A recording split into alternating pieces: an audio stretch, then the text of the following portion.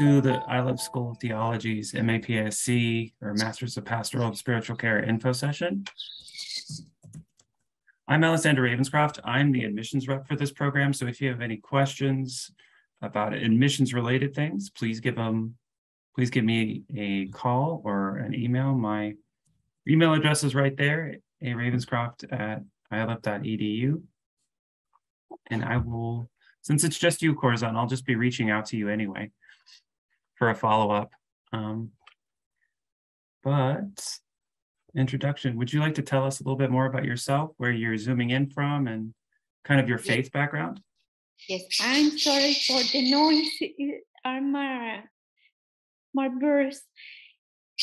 Well, my name is Corazon Moran, and I am currently serving in the California-Nevada Conference. I am an elder, and I serve in Visalia United Methodist Church, and I am the associate pastor for Latino Ministries. And I am married. My husband Marcelo, he is also a minister, and we do ministry among field workers on the fields, and there is a big need in our community for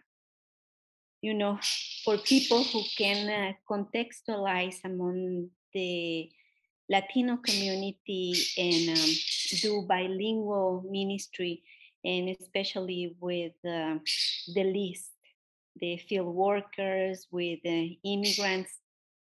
And this is, I have 4 children, and this is something about my context. Thank you. All right. Carrie, would you like to introduce yourself and your work? Yes, Corazon, I'm Carrie Doring. I direct the Masters of Arts in Pastoral and Spiritual Care. And I'm very interested in courses that bridge the gap between what we learn in readings and then how we actually practice spiritual care. So the courses I teach are very interactive, even when they're online, and students practice having spiritual care conversations with each other using Zoom recordings.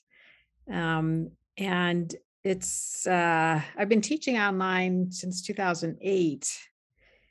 And I find it's actually a wonderful way to learn spiritual care because you can slow down the whole process and have people pay attention to what they're reading in each other's posts.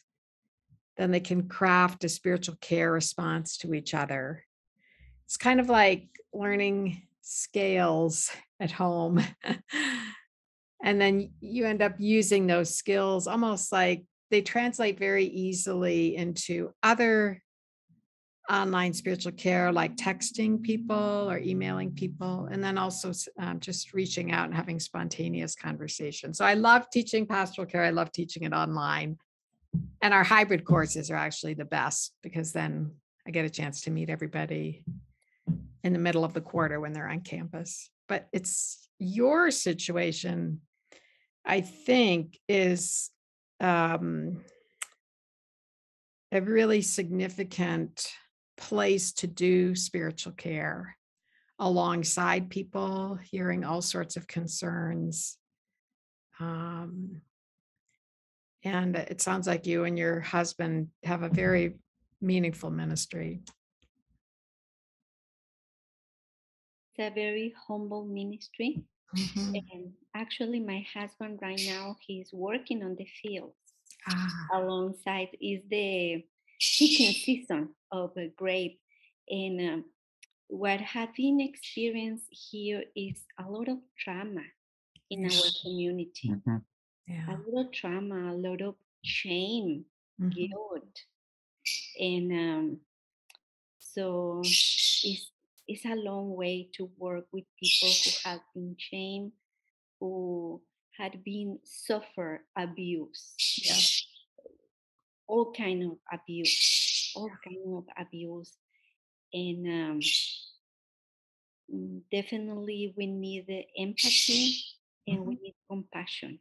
Yes. And I really think that I need to continue and to pursue my education and my training to Mhm. be a more compassionate and more with more empathy Yes. for people. And there are many challenge, many challenge with our youth and with a new culture, Mhm. um, new endeavors.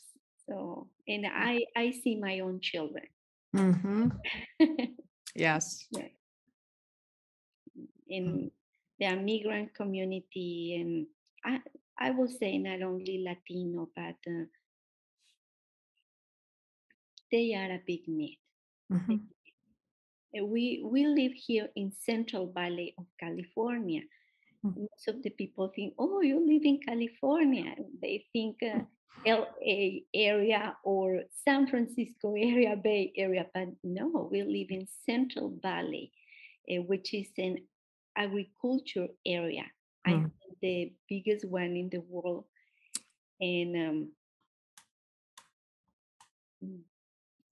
w- we came about 12 years here, invited by Bishop Chamana Mm. to do Latino ministry. Mm. And we have lived our own challenges here with the local churches. Yeah. And when in one appointment that my husband was, he was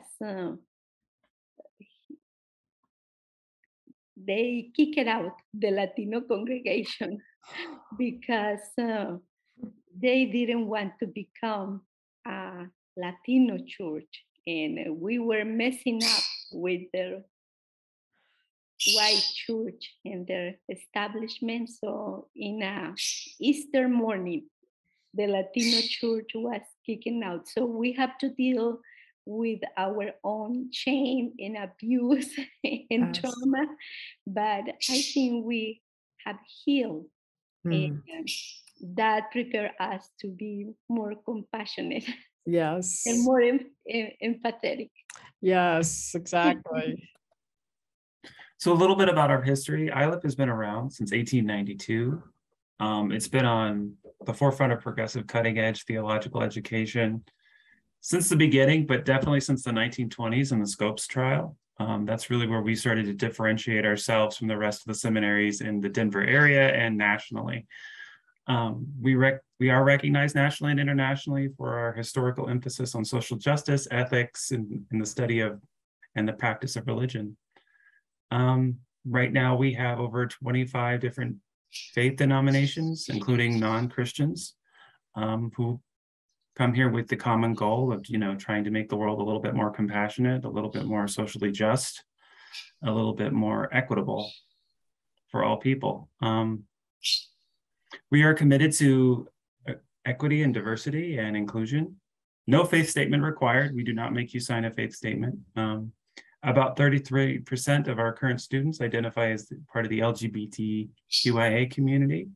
46% of faculty are women or scholars of color. Since the 90s, we have required courses in comparative studies of religion that teach respect for religious difference. Iliff is one of 4 ATS-accredited Christian seminaries in North America to have a New Testament studies class. First ATS institution to offer online education in North America. We currently offer online, hybrid, and campus learning options. 70% of our classes, however, are offered online. COVID, of course, rapidly moved us a little bit more online. And we have new initiatives like the Institute for Religion, Politics, and Culture and the Eco-Justice Center.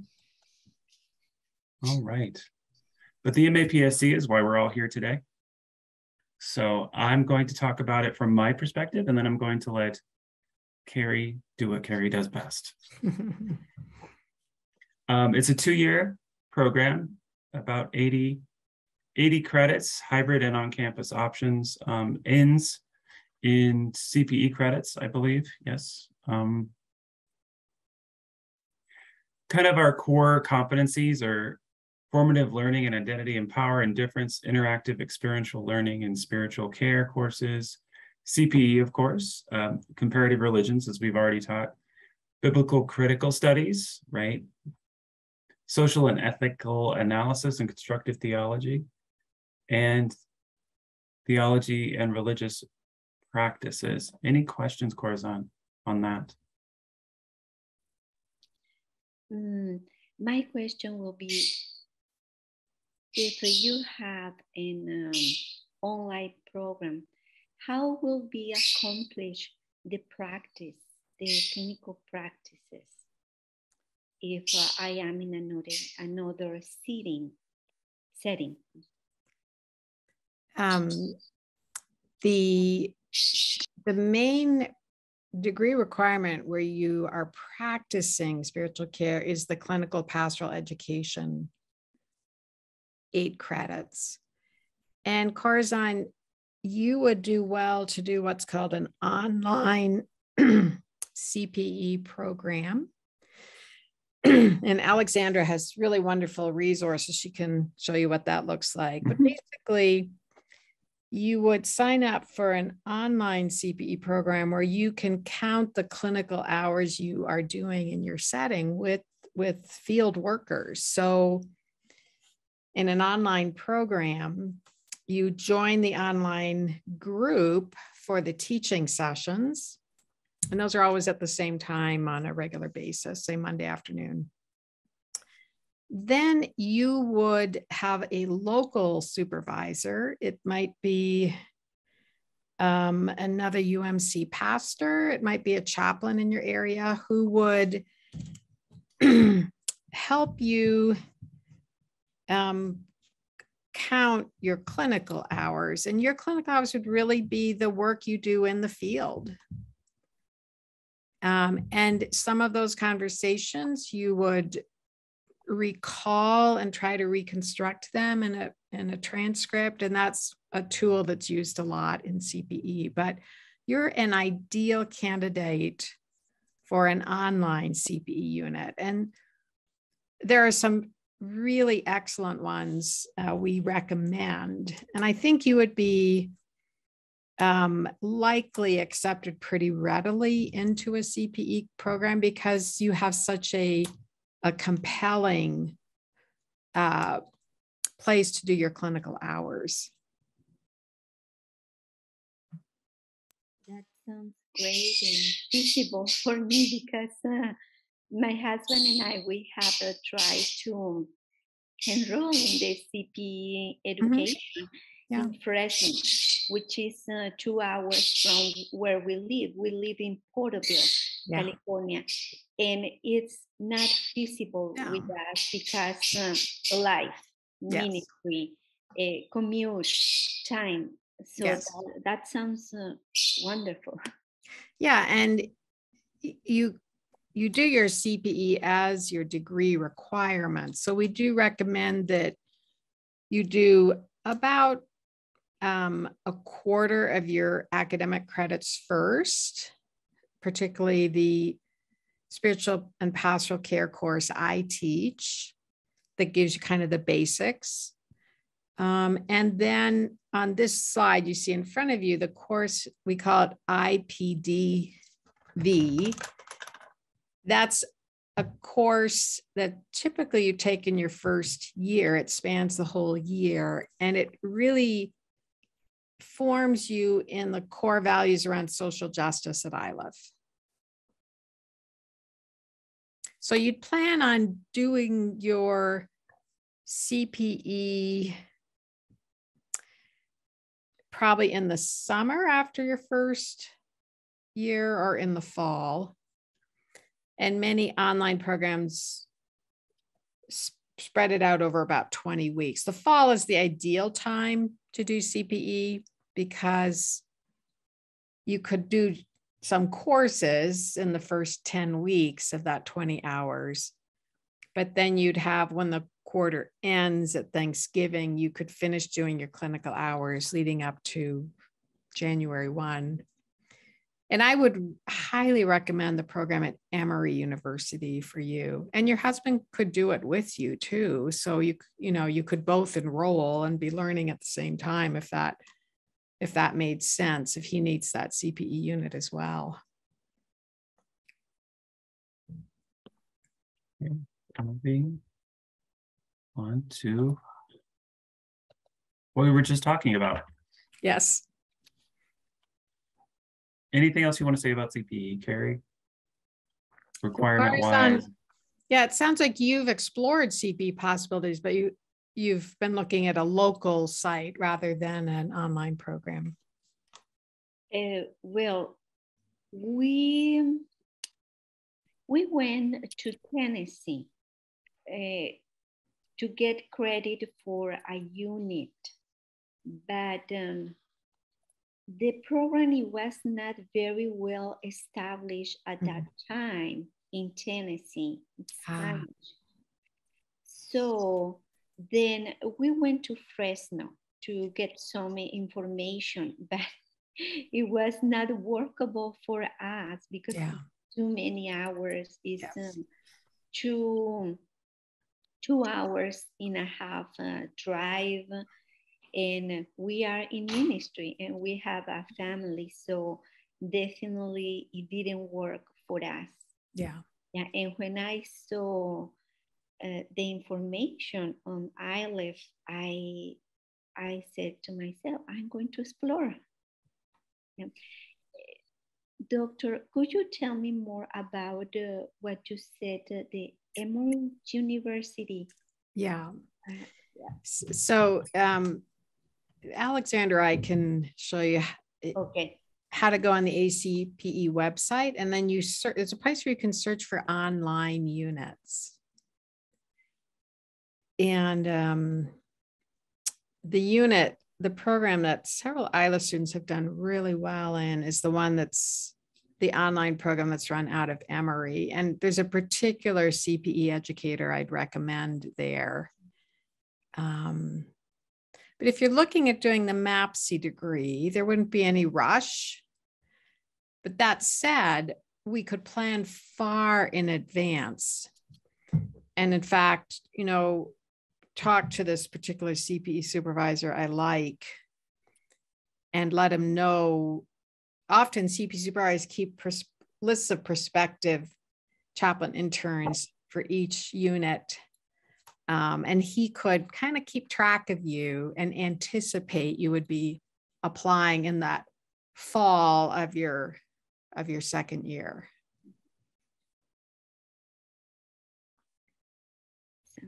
Sounds great. Okay, moving on. I think we're getting ahead of ourselves. We've already been talking about this before the slide comes up. Anything else you want to say towards MAPSC's for vocational goals? Our alumni have done everything you can do with a MAPSC. I mean, that could be anything from like hospital trauma work, where they now work for a large health system and, just walk up and down the hospital wards. And our program trains you to do that. That's part of the reason we do comparative religion, because when you do that kind of work, you never know what religion you're stepping into. So being able to turn on a dime is really a skill and a valuable skill. I will also say if you have non-Abrahamic skills, that's also going to make you more marketable, because especially in some rural hospital systems, they do not have anyone who is outside of the Abrahamic or Christian frameworks. Hospice is also really popular. Anything else you'd add? Well, Carzon, in the UMC network, the MAPSC degree is especially helpful for the deacon/chaplain track. Yeah. So if you anticipate your vocation will lead you to be endorsed as a UMC chaplain, the MAPSC degree is helpful. It's really good, though, to check in your region whether they accept the 2-year degree as the degree for chaplaincy, because I think it does vary from region to region. Is that your experience, Alexandra, with UMC? It's also the case like in the Episcopal Church and other traditions. Now we're talking about the MAPSC degree here, which has the huge advantage of being 2 years. So instead of paying 3 years of tuition, you're paying 2 years of tuition. It's also allows you the most flexibility in taking spiritual care courses and denominational courses.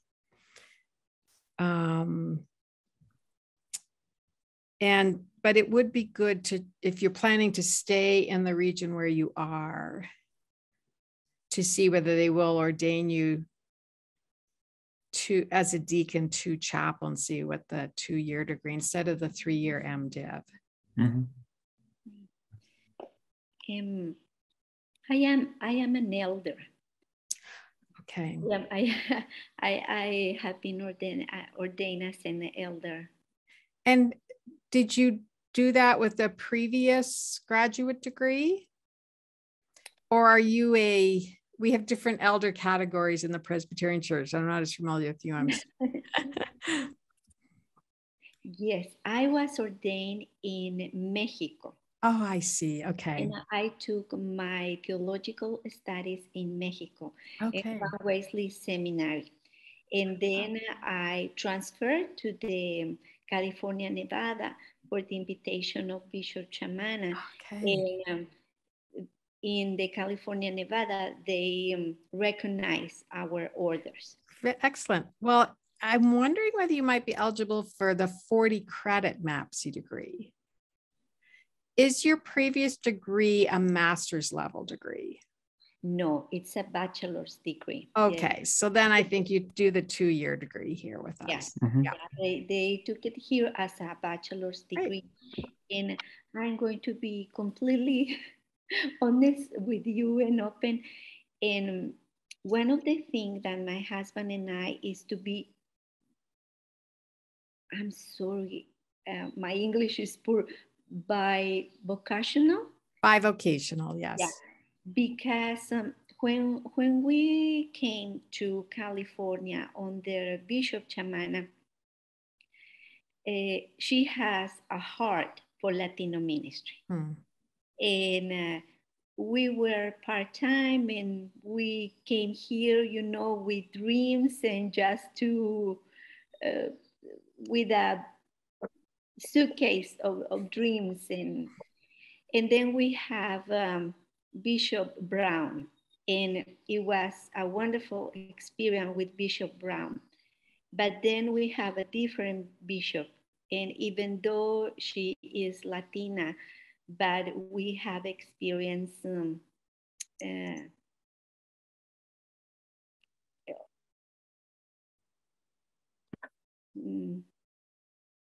not compassion.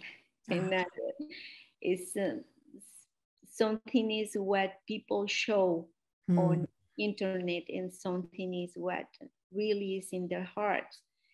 And then my husband and I, we thought we cannot depend on our conference, on in grants, in order to do Latino among poor people. And one of our superintendents asked my husband if we want to be moved to Bay Area, to San Jose. And she told us, look what will be for you and your children to be in that area and do Latino ministry and outreach. But we feel that our place is in the fields of California. We would love to go to Bay Area and have a better weather and have a better, opportunities. But we felt that God has called us during this time of our lives here in this agriculture area. Yeah. And we want to continue for more years to continue to do ministry here, because it's the call that we we fail. And we need to have another endeavors, to do ministry. And what we have been living here, and when we go and visit in hospitals, sadly we see that chaplains they only speak English. Mm-hmm. And the hospitals are full of people who only speak Spanish yes. Here in our area. Mm-hmm. And even though they are from another Christian tradition like Catholics, we identify ourselves with their pain, with their sorrows that they are facing. So we think that it is an area that God is calling us. Mm-hmm. As evangelists and pastors, we can do also a good work as a chaplains in this area.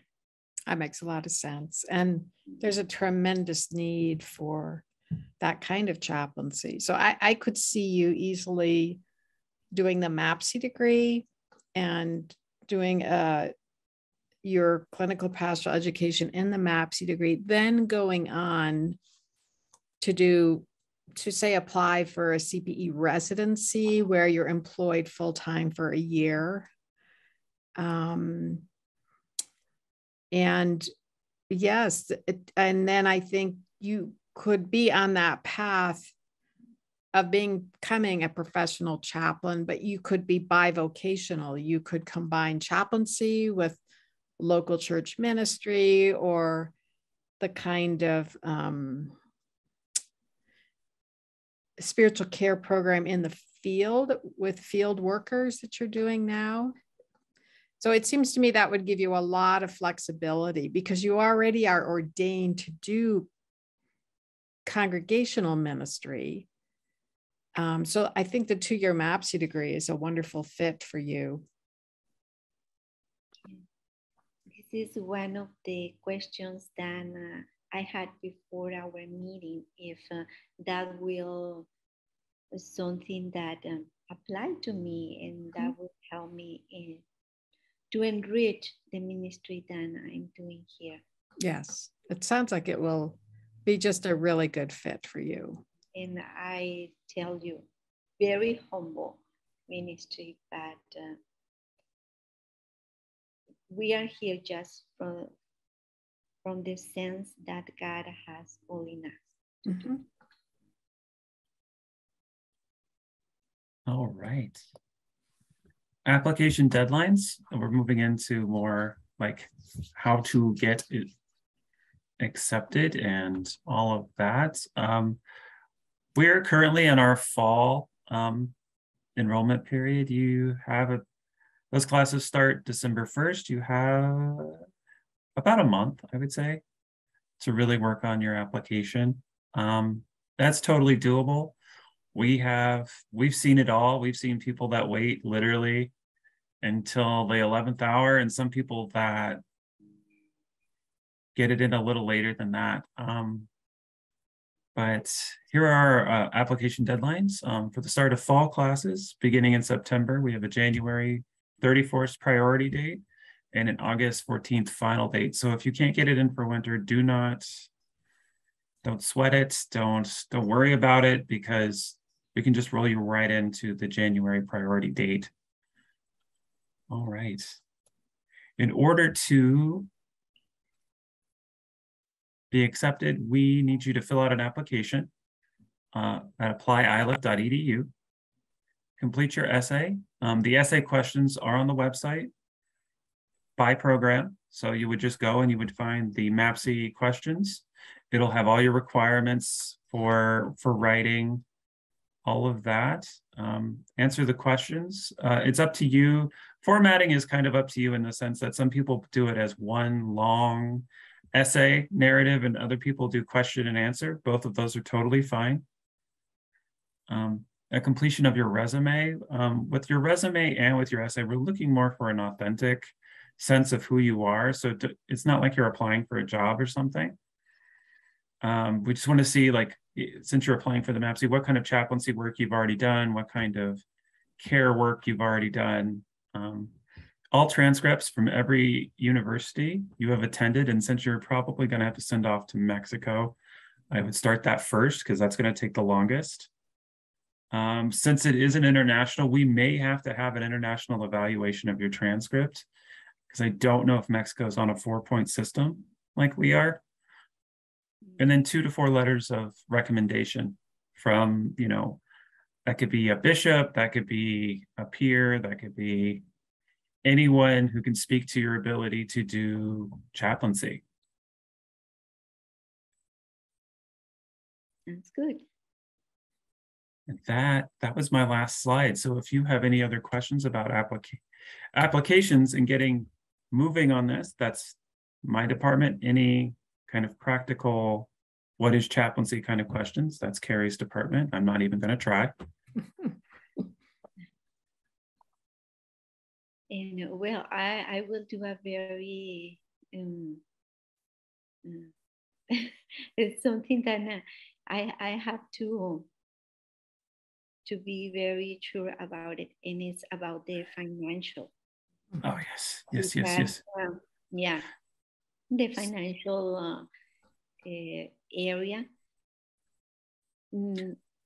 Several pastors from Latino ministry here in Cal, Nevada, the last 3 or 2 years, they have tried to apply or to get more education because we have a lot of dust.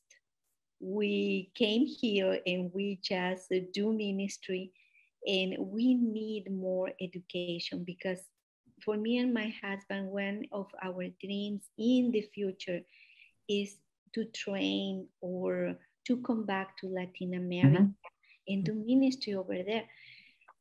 But we have not been allowed to get more education, and we don't have really resources from our conference because we are not allowed from our leadership.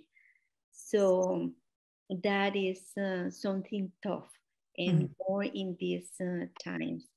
So is there, we can apply, I am an American citizen, so I can apply for. Absolutely. But there is some scholarships available that we can apply. Yes. One of the cool things about Iliff is, well, first off, I will be sending you a link to our financial aid advisor, Goldie. She will help you find money. That's one of the things we do. Being a smaller school, is that we can really sit down with you and work out a financial plan. We still have scholarships available, and sounds like denominational scholarships might be a little dicey from what I'm hearing, but there's still plenty of Iliff money available. And there's still a guaranteed, I think it's $7,500 available for everybody who comes in. But on top of that, there's also the Iliff Scholarship and the Western Scholarship, both of which you would qualify for. So I will send you that information as well. So yes, I think this is doable.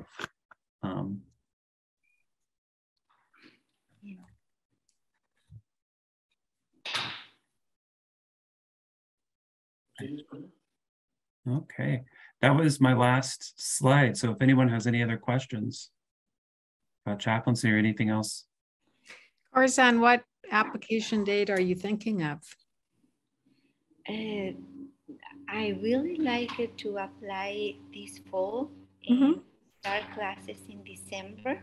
I think that would be. Okay.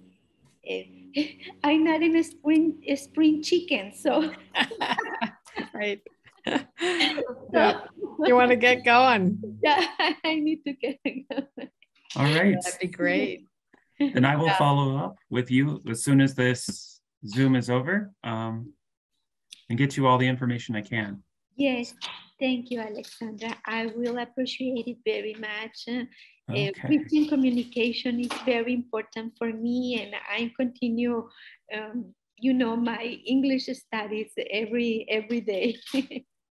Excellent. We do have, I think, 3 Spanish speaking faculty. Wouldn't you say, Alexandra? It would be Albert Hernandez, Miguel, and I think Miguel. Christina Lazardi Hajbi. I did not know that. Okay. Yeah.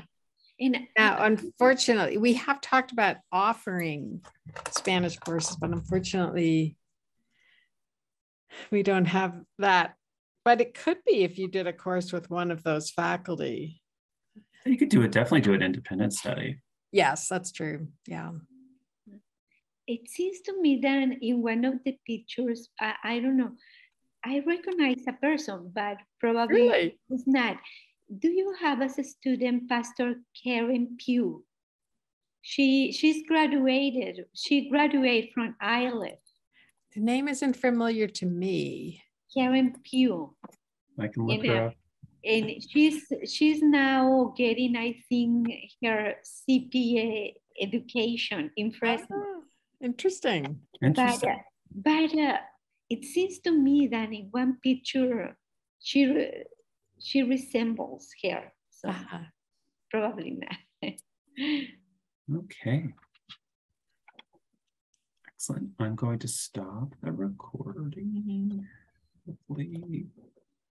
So Corazon, if you were able to start in January, I'm teaching our intro to spiritual care that quarter. No. You could jump right in and do that.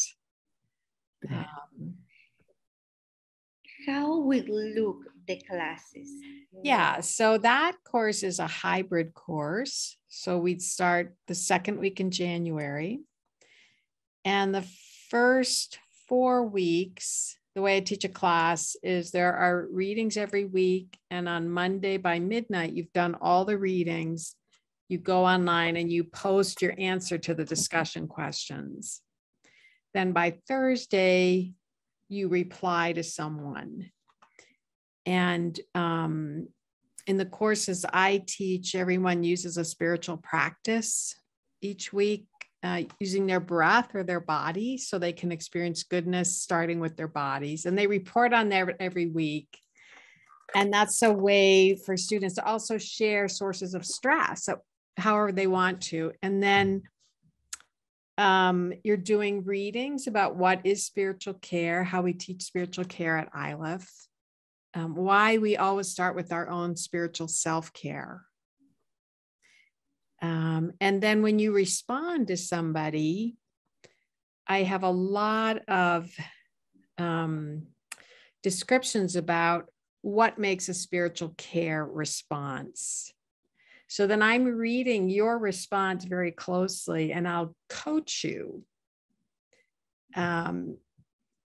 in saying, I'm looking for, did you respond to the most vulnerable thing that person shared? Did you affirm their practices? And then did you follow up talking about something from the readings that's a key concept? So I do a lot of coaching in the first couple of weeks. So we start really practicing what we're learning in our responses. Then we come on campus. So you'd have to be ready to come on campus in week 5.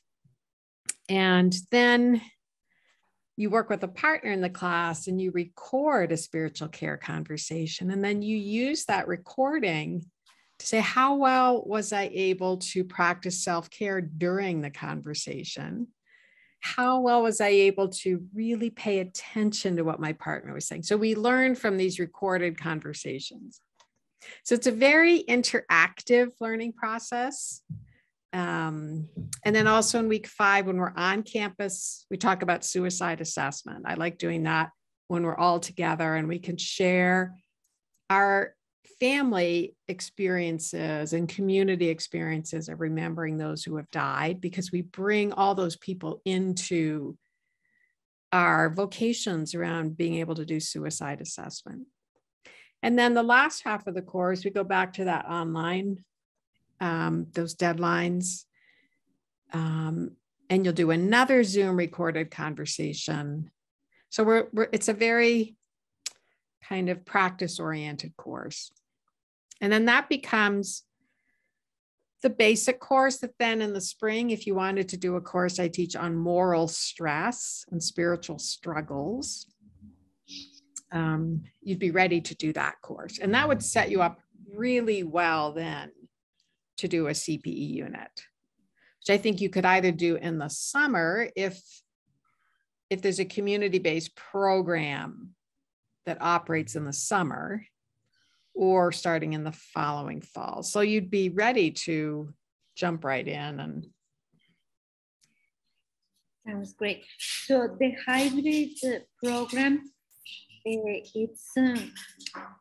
looks that I have to go about 3 times in person to October, February, and April for what we call gathering days.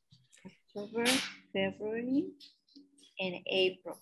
So in February will be the 5th class, right? Yes, I think it's February. I know I'm teaching February like 9th and 10th. So I think it's the first full week in February. So I just actually posted that. I'm building the class for the spring or the winter. Yeah, so even though it seems onerous to have to travel, to add that. In fact, it's just an incredible experience of the Iliff community. And it's really, really great to do it in your first quarter because you build those connections, in-person connections. And definitely after a COVID connection with people face to face is so important. Yes. So that's the week of February 6th. Great. It's right after our clergy retreat, which is mandatory. So perfect timing. Oh, that's great. That works out. So many students end up having conflicts and it gets so complicated. Yeah. Yes. Yeah.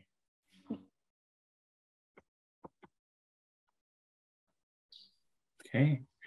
I'm going to end the recording if no one has any other